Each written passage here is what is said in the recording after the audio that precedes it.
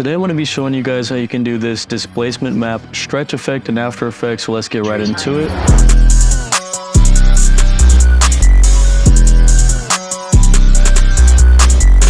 So I've got this clip of Leslie right here.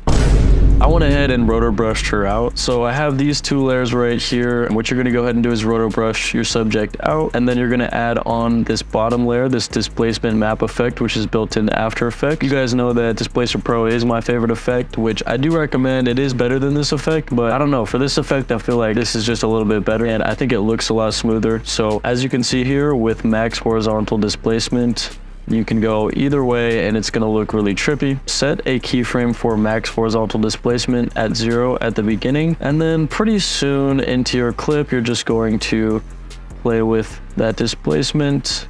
I'm going to go to the left. I'm just going to go ahead and bring this out even more like that, and I'm going to play with the graph editor. So click this right here. I want it to speed up at the beginning and then slow down at the end, so I'm going to go ahead and bring this over like that, and then bring this over like that, so you have something that looks like this.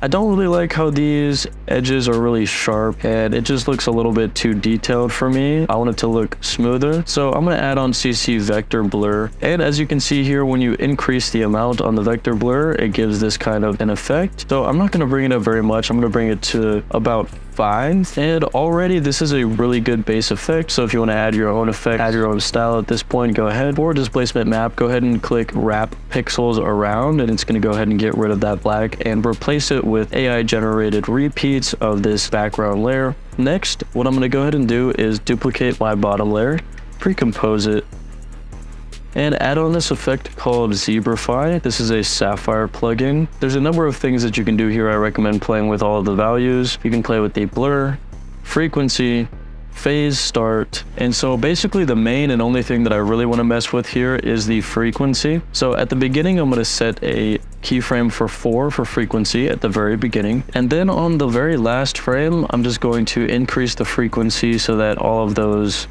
circles, lines, patterns get smaller and smaller. Easy ease those keyframes, and you have something that looks like this. We can change the blending mode for this effect to a number of different options. One that I like to use is soft light, which will look something like this. You can use classic difference, and the blending modes, if you don't see them pop up here, go down to toggle switches and modes, click that, and it'll open that up for you. You can also use stencil luma, which gives you a darker feel to it. But for my case, I'm going to go ahead and use soft light, just because in my case, I feel like it looks the best.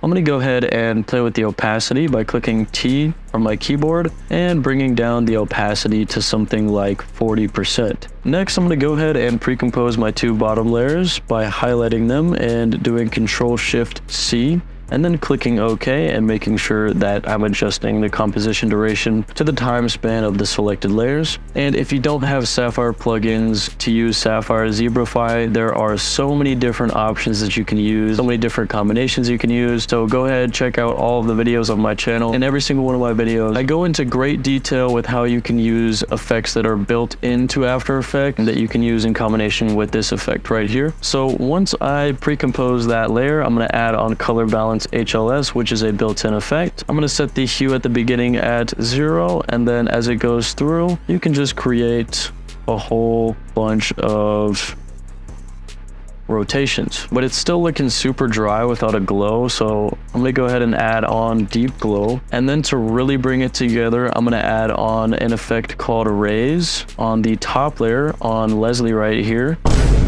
And there we go. Now I'm going to go ahead and pre-compose everything together, and I'm going to add on some grain, and then I'll finally add on an effect called RSMB. That's going to add a really good natural blur, as you can see. If you guys like trippy stuff like this, where you're messing with the background a lot, rotor brushing out subjects, make sure to check out my website. I just dropped a pack called the Shockwave Distortion Pack. It's 30% off right now. Make sure to snag it. And if you use discount code SHOCK, you can get an additional 10% off, but that deal isn't lasting for much longer. I spend literally hours, days, weeks months on all these tutorials, so please support the channel. The more that you guys support, the more that I can make for you guys. I appreciate everything that you guys do for me. Also, it's a must, you have to join the Discord server. There's opportunities to connect with directors, editors, producers, all kinds of different people on there. And also we have a self-improvement chat. So yes, if you need help with editing, we're there for you. But if you need help with work, life, girl, let me know in the chat, reach out, and I'm down to chop it up with you guys. But yeah, I'm gonna keep dropping bangers for you guys. I'm gonna keep dropping consistently. So turn on those post notifications, and thank you very much. God bless you guys, and peace out.